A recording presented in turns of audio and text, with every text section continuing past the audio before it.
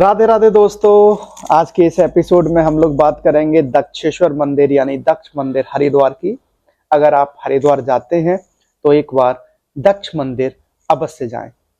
दोस्तों, जब आप मंदिर में प्रवेश करते हैं तो बिल्कुल ठीक सामने एक भगवान भोलेनाथ की विराट रूप में, विशाल रूप में माता सती को हाथों में लिए हुए एक प्रतिमा है। जब उससे आप थोड़ा सा आगे बढ़ते हैं तो आपके बाएं हाथ पे माँ गंगा विसर्जित हो रही हैं।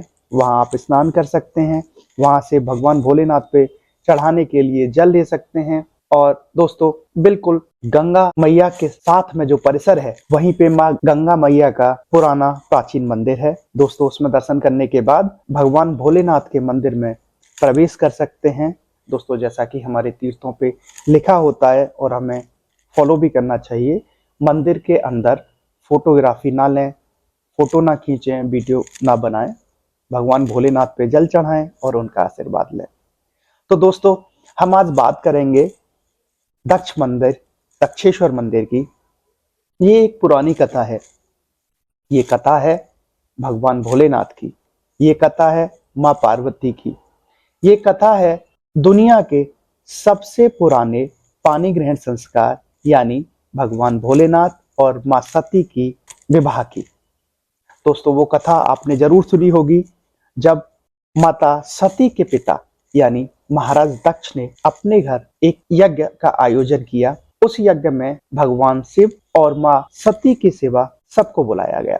जब माता सती को पता चला कि उनके पिता के घर कोई प्रोग्राम है, कोई यज्ञ है, तो उन्होंने भोलेनाथ से जिद किया कि मुझे भी मेरे पिता के घर जाना है। भगवान भोलेनाथ ने बहुत मना करने पर यानी माँ सती नहीं मानी, तो उन्होंने जाने के लिए बोल दिया। जब माँ सती अपने घर पहुंचती हैं तो उनके पिता भगवान भोलेनाथ का यानी उनके पति का अपमान करते हैं, उनके बारे में अपशब्द कहते हैं जो माता सती से सहन नहीं होते हैं, और माता सती यज्ञ में कूदकर अपने प्राण दे देती हैं या सती हो जाती हैं। भगवान भोलेनाथ को जब ये खबर आती है कि माता ने यज्ञ में कूदकर अपने प्राण दे दिए, तो दोस्तों, प्रभु बहुत रुष्ट होते हैं। प्रभु को बहुत क्रोध आता है। वो वहां से अपने गण और माँ काली को भेजते हैं और बोलते हैं कि जाके आप उस यज्ञ को नष्ट कर दें और वहां जो भी उपस्थित है सबका वध कर दें। दोस्तों, जैसा आप जानते हैं, भोलेनाथ ने जो भेजा था वो थे वीरभद्र, जो प्रकट हुए थे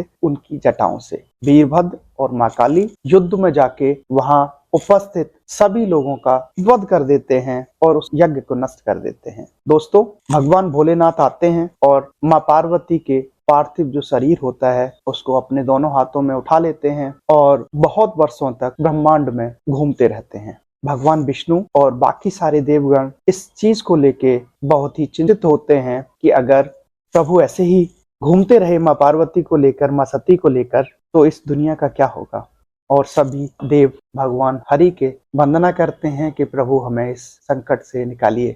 तब भगवान विष्णु अपने चक्र सुदर्शन से माँ पार्वती के जो शरीर होता है उसके 51 यानी 51 भागों में उसको विभाजित कर देते हैं। दोस्तों, वही 51 शक्तिपीठ आज इस दुनिया में मौजूद हैं। कुछ हिंदुस्तान में हैं, कुछ पाकिस्तान, कुछ बांग्लादेश और अफगानिस्तान में भी 1-2 शक्तिपीठ हैं। तो आज हम अलग अलग जगहों पर जहाँ जहाँ माता के जो अंग गिरे थे वही शक्तिपीठ के दर्शन करने हम लोग जाते हैं। और ये जो तीर्थ है, हरिद्वार में जो तीर्थ है यानी दक्षेश्वर जो तीर्थ है, वहां पे माता सती के आभूषण गिरे थे।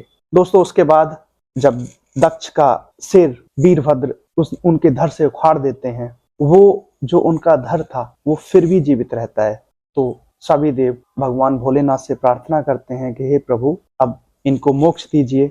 भगवान भोलेनाथ, जैसा कि उनका नाम है, बहुत ही दयालु हैं। प्रभु दया करते हैं और उनके धड़ के ऊपर एक बकरे का सिर लगा देते हैं। उसके बाद जो महाराज दक्ष थे उन्हें अपनी गलती का एहसास होता है। वह भगवान भोलेनाथ से क्षमा मांगते हैं और उनके चरणों में शरण ले लेते हैं और उनका गुणगान करते हैं। तो दोस्तों, ये थी दक्षेश्वर महादेव यानी दक्ष महादेव मंदिर हरिद्वार की कथा। बहुत प्राचीन, बहुत अद्भुत शिवलिंग वहां विराजमान है, क्योंकि जो दक्ष प्रजापति थे उन्हें अपनी गलती का एहसास होने के बाद उन्होंने भगवान से बोला था कि हे प्रभु, मैं चाहता हूं कि आप मेरे यहाँ सदा सर्वदा निवास करें। इसलिए भगवान ने उन्हें वरदान दिया था कि मेरा एक अंश हमेशा आपके यहाँ इस शिवलिंग में निवास करेगा। तब से वो शिवलिंग बहुत बड़ी आस्था का केंद्र है। दोस्तों, श्रावण के महीने में बहुत सारे लोग यहाँ आते हैं और प्रभु से अपना मनवांछित फल पाते हैं। प्रभु भोलेनाथ सभी की इच्छाओं को पूरा करें। बहुत भव्य नजारा होता है। सभी पे अपनी करुणा बरसाएं, ये ऐसी मेरी कामना है। राधे राधे दोस्तों।